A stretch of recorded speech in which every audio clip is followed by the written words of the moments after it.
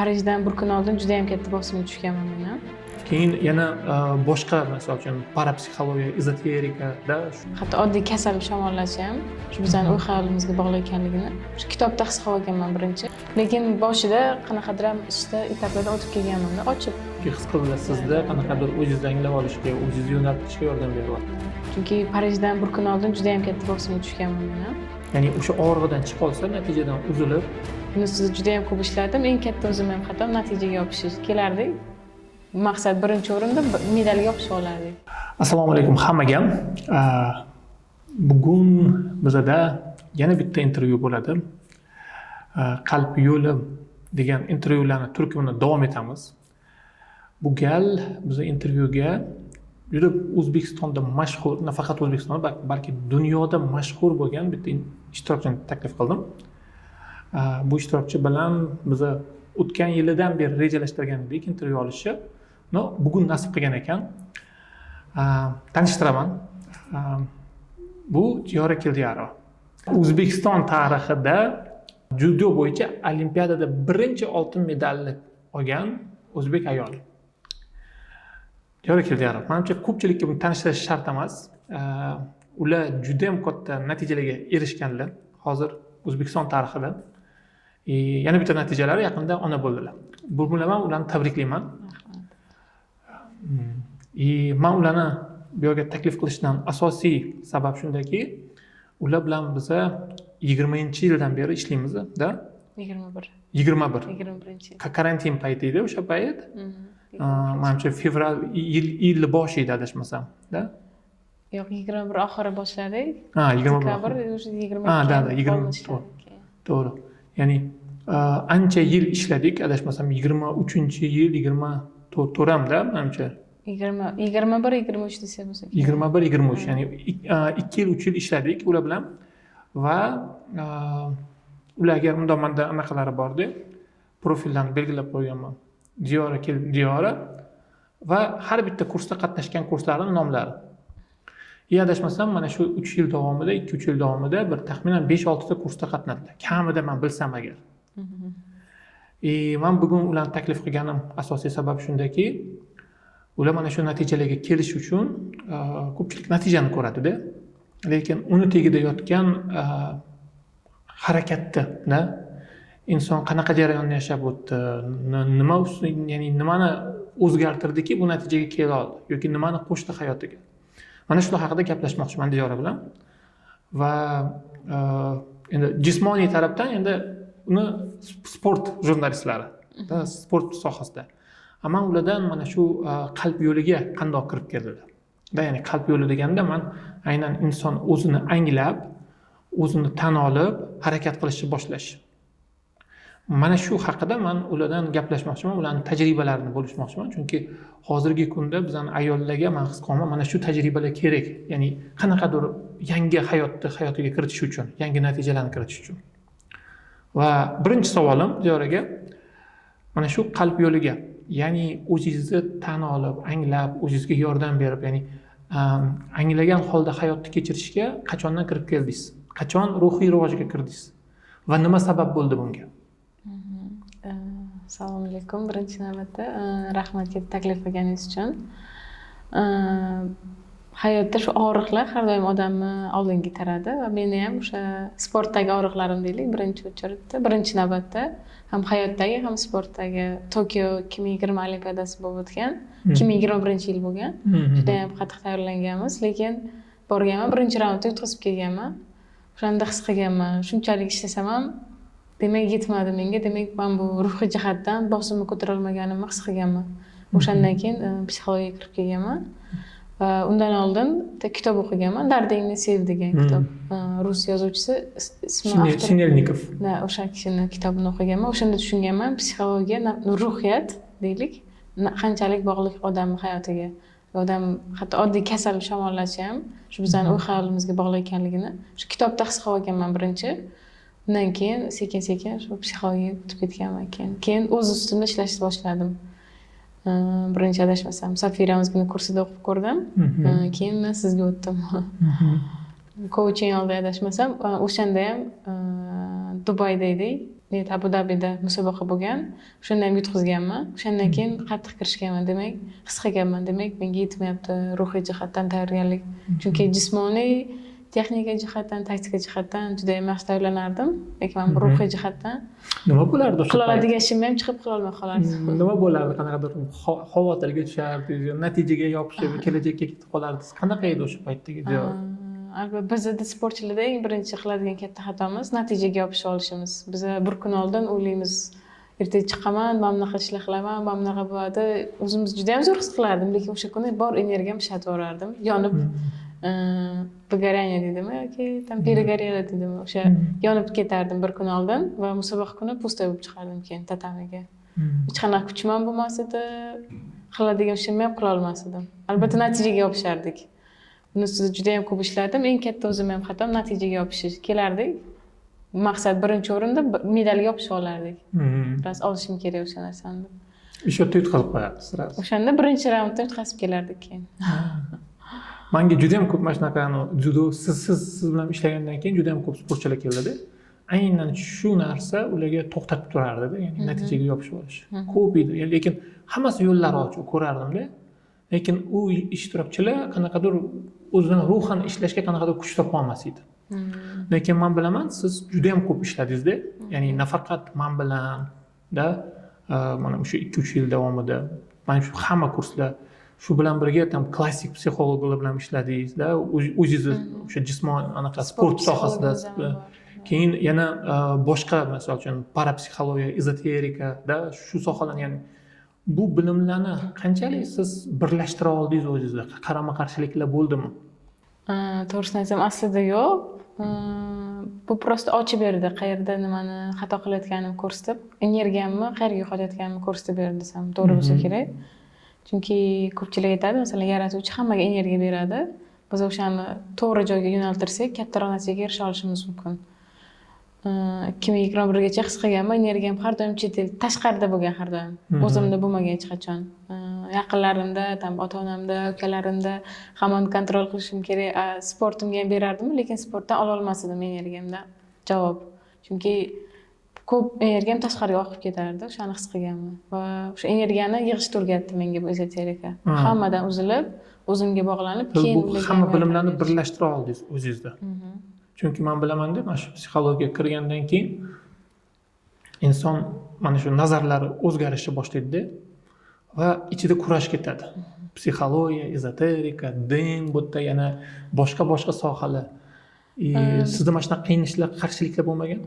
Bo'lgandi, lekin o'sha payt bitta gap eshitib qoldim. O'sha menga juda ham katta yordam bergan. Sizga meva berishadi yeyishga.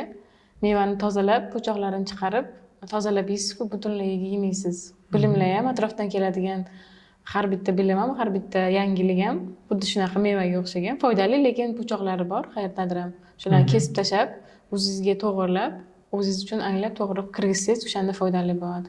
Что hamma yomon narsalar bilan yeb tashlamaysiz-da, kerakligini olasiz, kerak emasini chiqarib tashlashni o'zingiz hal qilishingiz kerak. O'shanda, ya'ni mas'uliyat oldingiz o'zingizga. O'shanda nima deydi? Qarama-qarshiliklar ichingizda to'g'ri bo'lib qolmaydi. Agar siz bir nimani tanladimmi, ishondimmi, demak o'shanga oxirigacha ishonaman. Tushunarli. Bunday tushuntiradigan bo'lsam, mevalardan fruktoviy assorti qilib, maza qilib yedingiz.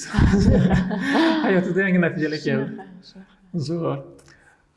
Mana shu ishlashni boshlaganingizdan keyin-da o'zingiz ustingizda qanaqa o'zgarishlar boshlandi? Birinchi navbatda menga qiziq, Diyor o'ziga nisbatan qanaqa o'zgardi? Ya'ni o'ziga munosabati qanaqa o'zgardi? Va mana shu o'ziga bo'lgan munosabat o'zgargandan keyin atrofdagiga qanaqa o'zgarishlar bo'lishni boshladi? Chunki o'sha paytda men esimda, siz bilan birinchi marta o'sha coaching olganingizda bir oy ishlaganimizda hali turmushga chiqmagan edingiz. Tam ma'lum bir o'zingizda qanaqadir qo'rquvlaringiz bor edi, o'sha qanaqadir jarayonlaringiz bor edi. Mana shular qanaqa ishlanishni boshlandi? To'g'risi juda ham o'zgardim. Boshida yaqinlarimni qabul qilish juda ham qiyin bo'ldi bu narsani. O'zimga eng birinchi hurmat qilishdi, qadrlashdi. O'zimga ham minnatdorchilik aytishni o'rgandim. Sizdan, Diyor opadan, chunki ko'p eshitdim kanallarda ham. Eng birinchi odam o'ziga minnatdorchilik aytish kerak. Har bitta trenirovkadan keyin chiqardim, o'zimga minnatdorchilik aytib, o'zim quchoqlab, achomlab qo'yardim, mana qilib. Sekin-sekin o'rgandim. Boshida tabiiy emasdek tuyulardi bu narsa. Keyin sekin-sekin o'zim his boshladim qanaqa bo'lgan qiyin trenirovkadan ham ishlab chiqqanimni atrobotka qilganimni o'zim qilgim kelmasa ham borib ishlaganim uchun o'zimga rahmat aytish boshlagandan keyin o'zimga nima deydi samotsenkam deydimi ko'tarilishni boshladi lekin boshida yaqinlarim turmush o'rtog'im ham boshida noto'g'ri tushundilar buni mana shu joydan mana chunki biz o'zgarganimiz ular har doimgi Diyorani oldingi Diyorani qabul qilishgan hamma narsaga xo'p deydigan o'zini fikrini ayta olmaydigan nima xohishini ayta olmaydigan Diyorani qabul qilishgan ular va sekin sekin o'zim xohishimni ayta boshladim men buni xohlamayman bu menga yoqmayapti men buni xohlayman deb aytish boshlagandan keyin ozgina ular ham psixolog nomerini ber urishaman urishmoqchi ham bo'lganlar gaplashaman seni shular kallangni buzyapti deb yo'q ulardan emas men o'zim aytyapman-ku men o'zim tanlayapman ko'p narsani degandan keyin sekin sekin ular ham o'zgarish boshladi keyin o'sha turmush qurishimizdan oldin sportchi bo'lganman ular ham qarshi bo'lgan boshida qanaqa qarshi bo'lgan chunki ular tayyor bo'lmagan bu narsaga ular ham bilmagan qanaqa bo'lishini chunki meni o'zim bilmasdim nima xohlashimni qanaqa hayot xohlashimni o'zim bilmasdim sekin sekin shu psixologiya orqali har kun yozib ishlab o'zimdan so'rab qanaqa xohlayman boshida o'sha yozib masalan sport bilan shug'ullanib ham trenirovka qilishimni shu daftarlarimni ochib ko'rdim yaqinda qanaqa qo'rquvlarim bo'lganini ham ko'rdim uydagilar qo'ymasachi ko'chaga chiqarmay qo'yishsachi degan qo'rquvlarim ham bo'lgan lekin hammasini ishlab tan olib o'tgandan keyin bular hammasi ochilib ketgan o'zim ham hayron qolganman shu darajada nafaqat ular nafaqat turmush o'rtog'im ularni oilasi ham qo'llab quvvatlash boshlagan chunki 100% o'zbek oilasi nima deydi yevropacha yashashmagan ular haqiqiy o'zbekcha yashashganda kelin olib turib qo'yib yuborish bu juda ham qiyin bo'lsa kerak deb o'ylayman haqiqiy o'zbek oilasiga tam stereotiplar bor bizada mumkin emas kelin ertalab turib ishga chiqish kerak tam ko'cha supurish kerak u bu degan narsa ular bir haftadan keyin bizani jo'natib yuborishgan Toshkentga 10 kundan keyin uchib ketgan masalan to'ydan keyin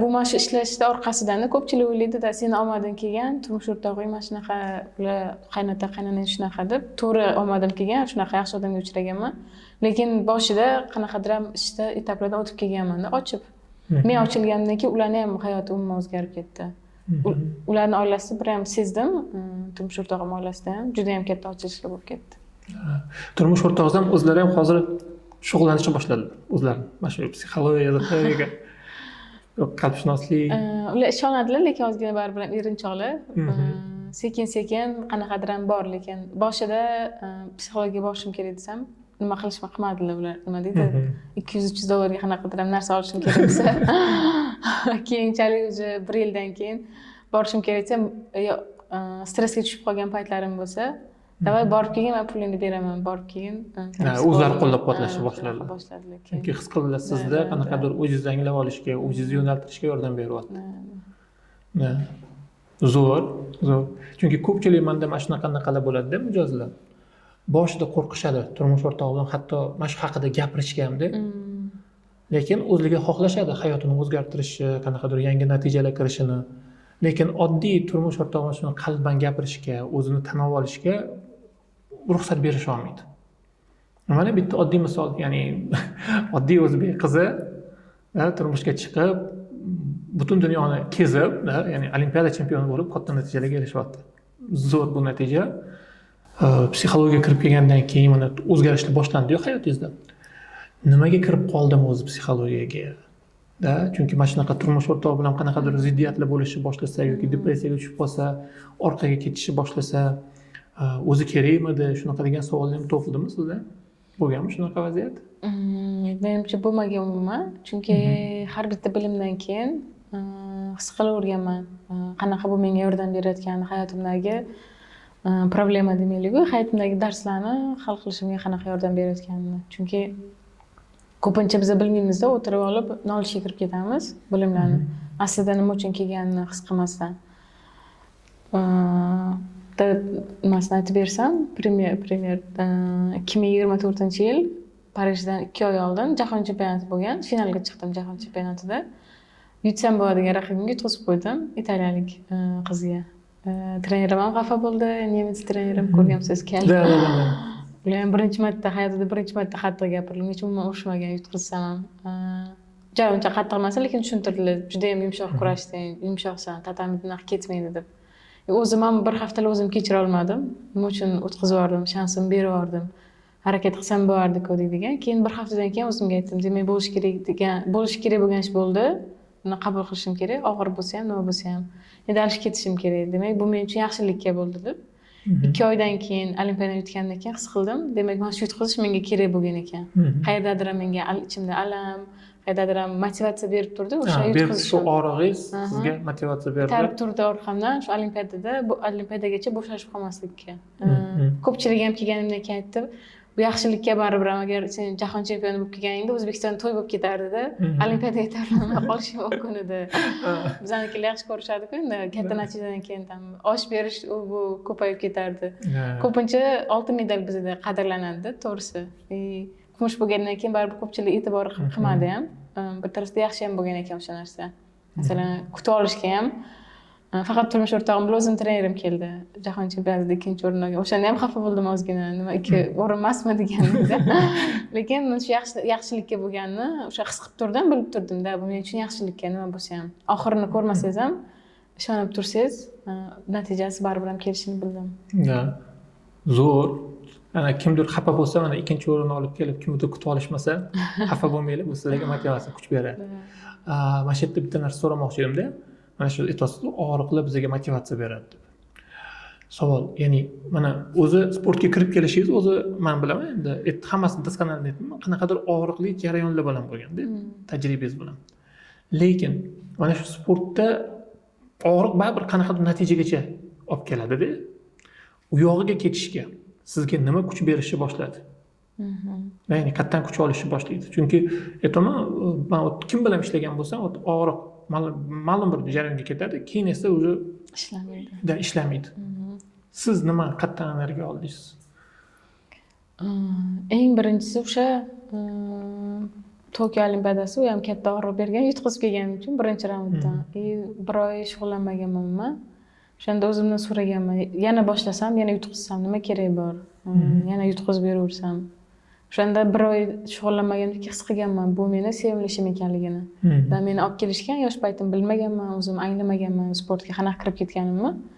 Bilmay qolganman ham, nima deydi, borishim kerak, qilishim kerak bo'lgan ish deb o'ylab yurganman har doim. Aslida bu meni yaxshi ko'radigan ishim bo'lgani uchun ham davom ettirib ketganman. Bu odam yaxshi ko'radigan ishini qilsa, qiyinchilik, og'riqlar ko'rinmaydi baribir ham ko'ziga va qanaqadir natijaga olib chiqadimi, olib chiqmaydimi, o'shanda o'zi rozi bo'lgan edim. Mayli yutqizaman, yutamanmi? Davom ettiraveraman-da. Peshonamda bo'lsa demak olaman, bo'lmasa mazza qilib trenerka qilaveraman. Va o'zimga har kun siz bilan ishlaganda sizdan ham o'rgandim. Har bitta trenerovkadan oldin o'zimga tatamiga kirsam aytardim, eng muhimi mazza qilib trenerovka qil, mazza qilib chiqib ket. Va ko'pchilik sportchilar xato qiladi. Mana shu joyda mazza qilsa, mazza qilib ishlaydigan bu osongina trenerovka bo'ldi deb o'ylaydi. Mana shu eng katta xato, osongina narsa hech qayerda yo'q. Siz qiynalsangiz ham, mana shu qiyinchilikdan mazza qilishingiz kerak. Qayerdan og'rib turib, ishlay olmay, masalan, ko'p travma bilan trenerovka qilaman. Har doim sportsmenlarda travmasi iloji yo'q. Trenerovkadan keyin o'zingizni mazza qilib his qilasiz, mana shu og'riqlardan o'tganingizdan keyin. Men shuni boshqacha anaqa o'zimning tilimda tushuntiradigan bo'lsam, og'riqda har doim inson majburiyat ongida ishlaydi. Sen majbursan qanaqadir bo'lishga deb. Sen majbursan chempion bo'lishga, birinchi o'rinni olishga. Mana shu yerda inson o'zini qiynaydi-da. O'sha majburlab trenirovka boradi, majburlab nimadir qiladi. Lekin natijaga erishishi mumkin aytganimdek. Lekin keyin oldinga ketish uchun o'sha inson mas'uliyat olishi kerak-da. Men sizda shuni his qilaman. Ya'ni siz o'zingizning hayotingizga, mana o'zingiz ustingizda ishlab, mana shu o'zingizga javobgarlik olib hayotingizga, bu meni hayotimmi? Men bundan zavq olamanmi? Shuni anglayman, bu men yo'lim. Men tan olaman, ya'ni men o'zim hayotimga mas'ulman. Mana shuni, mana shu coachingda ishlaganimizda mana shu ustida ishlagan edi, asosan, ya'ni mas'uliyat olish. Bu meni hayotim. Men zavqda yurishga tayyorman. Mana shu mas'uliyatni his qilgandan keyin inson o'zi aytganingizdek qiynalsa ham mazza qiladi-da. Rohatlanadi. Bu unga yana qanaqadir kuch beradi. Bu zo'r haqiqatda. Mana endi sportchilarimizga qaytadigan bo'lsak, hozir endi sport sohasida men juda ham sportga qiziqaman. O'zim o'sha misol uchun oldin basketbol o'ynagan bo'lsam, hozir unaqa asosan kuzatuvchiman. Sportchilar bilan ishlayman. Ba'zi sportchilar bilan И mana hozir juda ham ko'p yosh sportchilar borda bizada. Juda ham ko'p. Misol uchun O'zbekiston terma jamoasi futbol bo'yicha jahon chempionatiga chiqdi. Birinchi marta. Dzyudo bo'yicha qanaqa, boks bo'yicha, shaxmat, yana boshqa turlar bo'yicha juda ham yosh sportchilar ko'p. Lekin bu sportchilarni hozir yangi miqyosga o'tish uchun siz sportchi sifatida mana shu o'zingiz ustingizda ishlagan ayol sifatida nima tavsiya bera olardingiz? Nima yetmaydi yana bizada? Yana kengayish uchun? Menimcha birinchi o'chir professionallik. Bizada men buni o'sha Germaniyadan trener kelgandan keyin o'rgandim professionallikda. Odam har bitta ishini qildimi, professional 100% harakat qilish kerak. Bu da ideallik emas, lekin 100% harakat, 100% o'zidan attention berishingiz kerak. Mana shunda katta natijaga olib chiqish mumkin. U shunaqa edi. Xarakter agar 60-70% bo'lsa ko'ngli to'lmasdi, bilardi. Ishi 60-70% bo'layotganini bilardi-da. Biz harakat qilardik o'shani 100% ga chiqarishga. Va Parijdan oldin biz 120% ishlardik kerak bo'lsa. Agar protsentga hisoblasak, через не могу, qila olmayman degan joyimda ham o'zim majburlab emas, bilardim menga kerakligini. Qayerdadir aytardi, "Davay, bugun sen dam olasan, bugun kerak emas" desa ham, "Net, menga his qilaman, kerak bu narsa." Birinchisi o'sha professionallik bo'lsa, ikkinchisi ruhiy bilimlar yo'qligi. Chunki katta bosimda har bitta sportchi ruhiy bilimlar bilan shug'ullanishi kerak. Katta bosim bizda juda ham katta bosim. Buni masalan hozir sportdan ancha uzoqlashdim 1 yil homiladorligim sababli. Bunaqa bosim hech kim his qila olmaydi. Oddiy odamlarda yo'q bunaqa bosim. Musobaqada chiqayotgan odam his qila oladi buni. Tatamiga masalan yurib borayotgan odam his qila oladi buni. Sportchilar his qiladi buni faqat.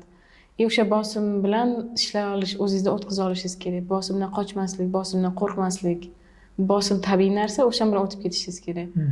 Chunki Parijdan bir kun oldin juda ham katta bosimga tushganman men ham. Juda ham katta stressga, ikkita psixolog bilan ham ishlaganman. Ham sport psixologi bilan, ham Safira bilan ham.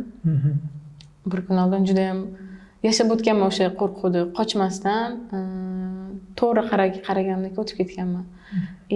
Nima uchun bizning sportchida ko'pincha natija bo'lmaydi? Yevropaliklar mana shu bilimlar bilan oson o'tib keta oladi bu narsalardan, bu bosimdan. Ko'pchilik sportchilarda ham ko'raman. O'zimiznikilar ham, yevropaliklarda ham aytganda bir xil trenirovka qilamiz. Уровенimiz ham bir xil. Texnika jihatdan, jismoniy jihatdan ham bir xilmiz, lekin mana shu ruhiyat pastligi, ruhiy bilimlar kamligi tufayli ko'p o'tib ketib qolishadi. Mana shuni his qilganman-da, bizning sportchilarcha o'zini og'riqqa yopishib qoladi-da ko'p. Ya'ni toraytirib qo'yadi ongini.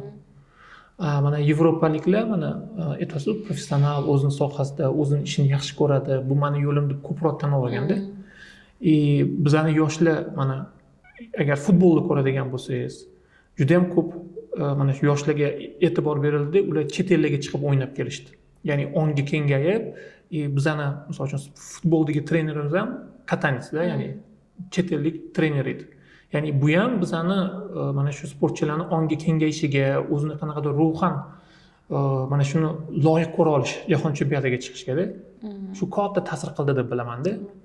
Chunki bu narsa bo'lmasa, agar insonda ya'ni ongi kengligi, ruhan tayyorligi, u qanaqadir yangi natijaga erishi qiyin.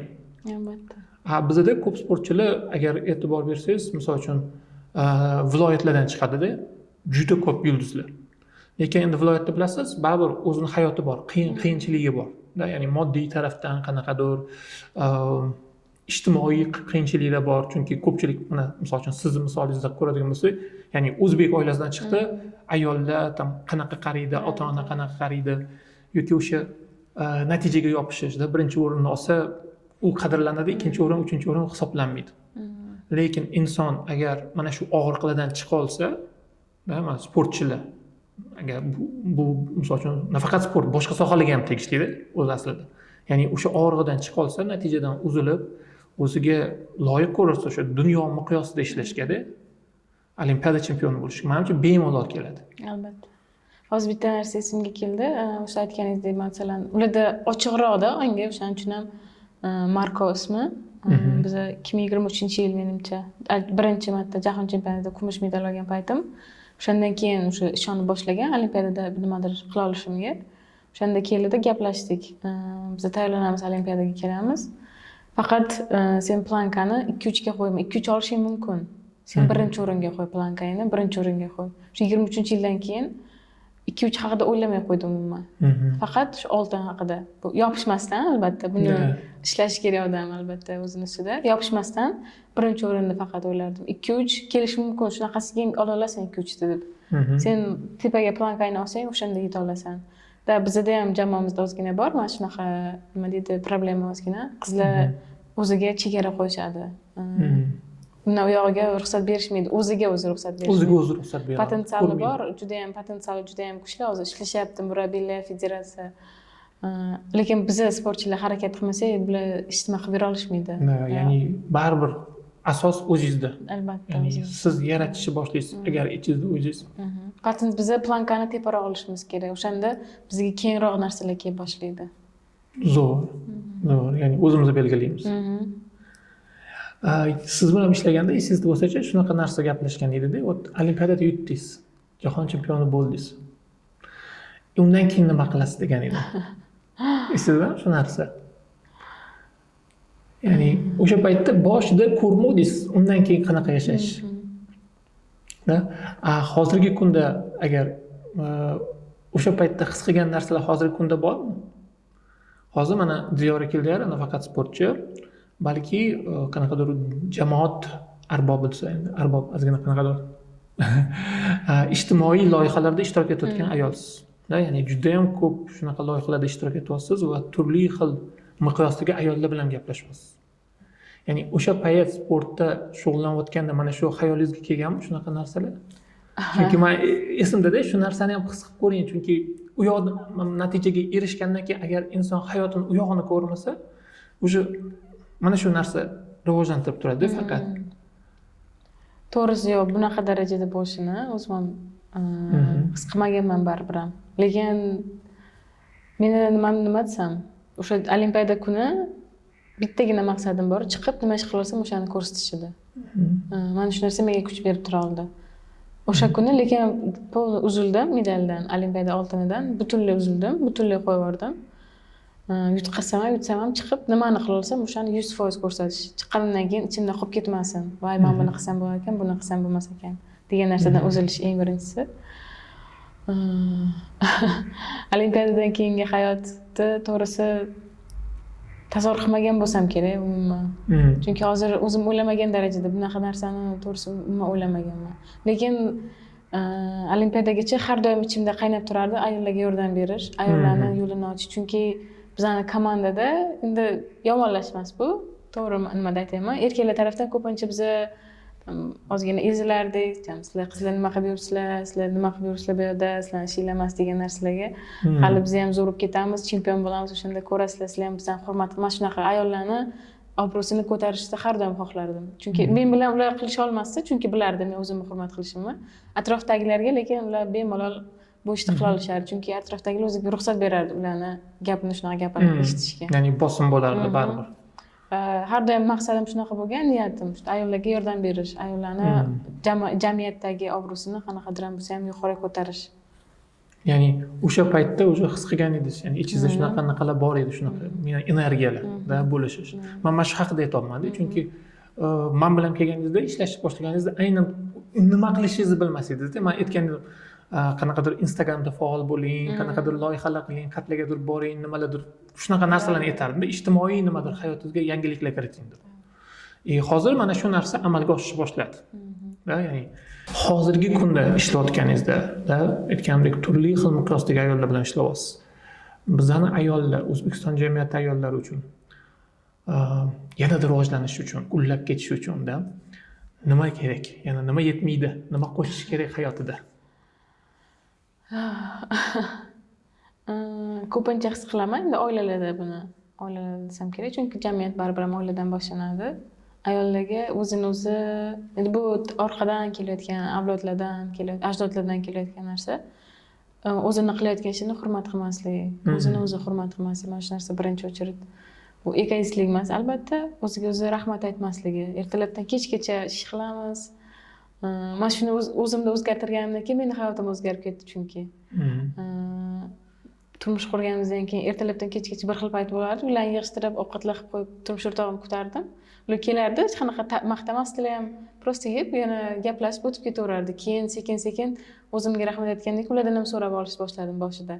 Maqtab qo'ying, meni qarang, mana shunaqa ishlar qildim, mana shunaqa. Keyin sekin-sekin ular ham ko'rib maqtashni boshladilar. Bir-birimizga nima deydi, samootsyenkamiz ko'tarib boshladi. Ular ham ko'rib boshladi, qanaqa ish qilayotganimni, nima qilayotganimni qarab. Ko'pincha mana shu o'rtoqlarimda ham, qizlarda ham ko'raman, o'zini qiladigan ishiga nima deydi, minnatdorchilik bildirmaydi. Juda ham ko'p ish qilishadi. Lekin va menga rahmat aytmadi, mana bu deb orqadan nolib qolishadi. O'sha qilgan ishi nolga chiqib ketib qoladi keyin. Eng birinchisi o'sha o'zini o'zi qadrlashi, o'zini o'zi qiladigan ishini o'ziga birinchi o'chirib minnatdorchilik bildirishi. Menimcha mana shundan keyin qolgan narsalar ham ochilib ketaveradi deb o'ylayman. Meni fikrim.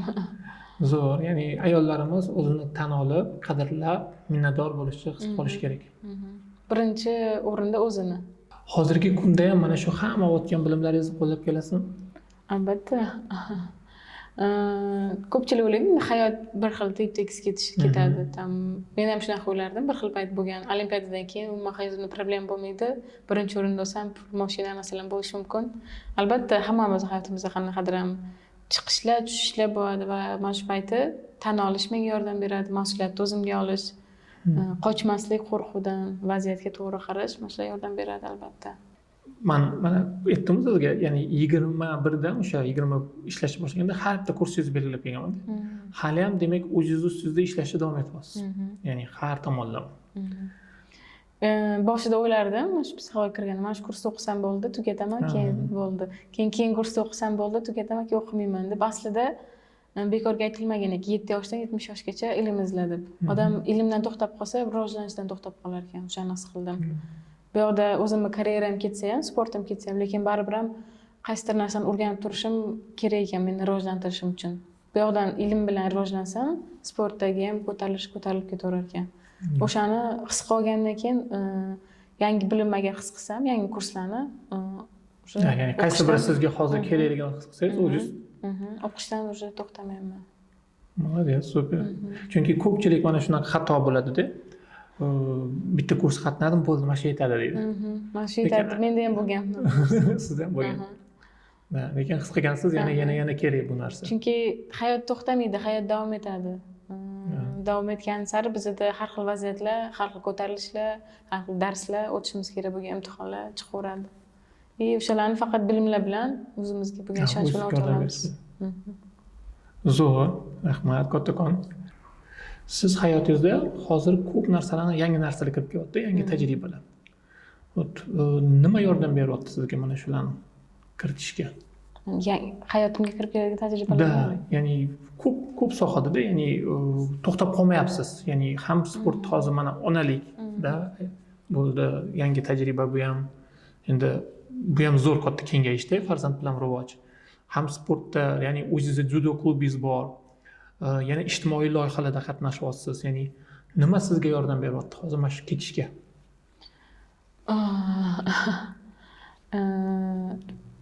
Mana shu oxirgi ishlagan yillarimdan keyin, oxirgi shu ruhiy bilimlar bilan, psixologiya bilan ishlagandan keyin, ong darajasi ko'tarilgandan keyin insonni keladigan nima deydi, resurslarim ko'payishni boshlar ekan. O'shani juda ham qattiq his qildim.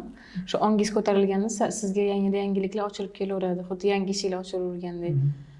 O'sha bilaman nimadir xohlasam, o'zim kutmagan joyda eshiklar ochilib, o'sha narsalar kelib boshladi. Mana shu bilimlar shu darajada ko'tarib berar ekan ongimni. Shu narsani his qildim. Oldin ustozlar aytishardi, siz qaysidir darajaga chiqsangiz, xohlasangiz bo'ldi, eshiklar ochilib kelaveradi degan narsani rostdan ham bo'lishini his qildim. Mana shu narsalar menimcha yordam beryapti menga. Ongim ko'tarilgan sari yangi narsalar, yangi eshiklar ochilib, tez amalga oshib ketyapti o'zimni xohishlarim. Sizga faqat bu eshikdan kirish qolyapti. O'zingizga ruxsat bersangiz, kirishga, o'sha jarayondan ishlab o'tishga, shu narsa ochilib ishlashni boshlayapti sizga. Hozir aytayotdingiz, bizda qizlar bor deb, mana o'ziga ruxsat bera olmaydi deb. Masalan, chet elga chiqamiz, turmush o'rtoqlarim endi gaplashadigan edi, ko'chaga chiqmaysan desa, ular hech qayerga chiqmasdan o'tirishi mumkin-da. Mana shu joyi ko'pincha meni nima qilardi, xafa qilardi. Ular o'ziga ruxsat bermagandan keyin turmush o'rtoqlarim bilan yopib qo'yadi-da. Keyin ular har doim aybdor turmush o'rtog'im qo'yib bermay dedi. Chunki bizda ham bo'lgan, turmush o'rtog'im sen kiyimimga gapirardi boshida, shim kiymaysan, tam shortinglarda yurmaysan deb. Sekin ishlab o'zimga ruxsat bergandan keyin, men birinchi o'zimga ruxsat bergandan keyin ular ham umuman bu narsaga qarshilik qilmaydigan, umuman oddiy qaraydigan bo'lib ketdilar bu narsada. Va ayollarning ham shu eng birinchi nimasi o'ziga o'zi ruxsat bermasligi.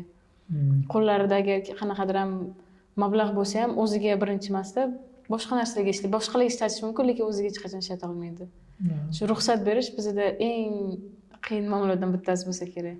Qachon qizlar o'ziga ruxsat bersa, o'shanda o'sib keta oladi. Lekin bu yerda ruxsat berish ham shunaqa jarayoni borki, tan olib ruxsat berish kerak-da, ya'ni og'riq tan emas. Ya'ni kim mana turmush o'rtog'im menga ruxsat bermayapti, men bekinib o'zimga ruxsat beraman-da, aldab. Tan olib berishda bu yerda. Agarda misol uchun hamma sizga qarshi bo'lsa-da, siz ulardan qo'rqib yoki ularga nisbatan ular bilan kurashib ruxsat bersangiz, unda kurash ketaveradi. Lekin tan olib, o'zingizga minnatdor bo'lib, o'zingizni qadrlab, o'zingizni sevib ruxsat bersangiz, boshqalar ham buni tabiiy deb qabul qiladi-da.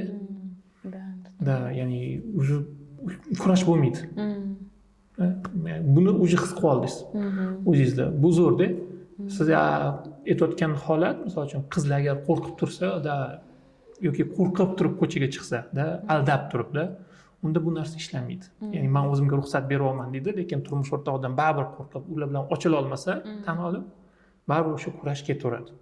Natija bo'lmaydi, o'zgarish. Shuning uchun ruxsat berishda o'sha ichidan his qilish kerak-da odam o'ziga. O'zini sevib, tan olib. Mana shu mashhurlik deyapti. Sizga qanchalik katta yuk bo'ldi yoki qanaqa his qilish buni? Chunki bir tarafdan sizni ko'taradiganlar bor, bir tarafdan orqadan tosh otadiganlar ham bor. Bu qanaqa? Siz uchun qanaqa his qilyapti? Qanaqa ruhiy o'zgarish bo'ldi sizda? Tabiiy immunitet deydimi, mashhurlikdan keyin boshida hamma baribir ham olqishladi, zo'r u narsa, lekin baribir ham bizda ko'p negativlar kelishi. Boshida ozgina kirdim negativlarga e'tibor qilib. Keyin sekin tabiiy immunitet ko'tarilib boshladi. Mana shu negativlarga e'tibor qilmaslikdan. Chunki bular oldin ham bo'lgan, bundan keyin ham bo'ladi, undan keyin ham bo'ladi, davom etadi, bular to'xtamaydi hech qachon. Bosim o'ziga yarasha ozgina bosim ham bor. Chunki hozir masalan sportga qaytsam ham bilaman, ular kutib turishadi mendan. Nima bo'lar ekan, yutadimi, yutqazadimi? Mana shu narsada ham baribir o'ylayman, ruhiy bilimga kerak bo'ladi. O'zimga ulanib ish qilsam, ularni beradigan energiyasiga kirib ketmayman hech qachon. Lekin baribir ham bor. Chunki Toshkentda, O'zbekistonda kurashmoq uchun juda ham qiyin edi. Endi 2 barobar qiyin bo'lsa kerak. O'zimga yuk olardim, har doim bosim olib qo'yardim. Chunki yaqinlarim oldimda yutishim kerak, mana shunaqa degan narsa. O'ziga yarasha mashhurlikda ham bosim bor. Hozir tayyorsiz lekin oldinga ketishga, yana sportga qaytishga, yana rivojlanishga, yana qatnashishga. Albatta, o'zim his qiladigan darajamgacha. Hozir endi baribir ham onalikda endi boshidamiz. Sekin-sekin his qilib, bu baribir men yaxshi ko'radigan ishim, bilmadim qanaqadir ham yuqori natijaga olib chiqa olamanmi yana bir marta yoki yo'qmi bilmayman uni. Lekin o'zim uchun qilib ko'rmoqchiman. O'zim harakat qilib ko'rmoqchiman, shu ertaga nechadir yildan keyin mana shuda borib qilsam bo'lardi, ichimda qolib ketmasligi uchun hech qanaqa afsuslarim, hatto borib yutqazib kelsam ham mayli qanaqadir musobaqada yoki keyingi olimpiadaga bora olmay qolsam ham o'zim bilan chestniy nima bo'lardi? Haqqoniy. O'zim bilan haqqoniy bo'lishga. Men qildim hammasini, qo'limdan kelgan hammasini qildim. Men bo'lishga degan ish bo'ldi. Agar siz tayyorsiz yana oldinga ketishga. Albatta, agar chiqib keta olsam, bu men uchun juda ham zo'r. Chiqa olmasam, u ham men uchun juda ham yaxshi.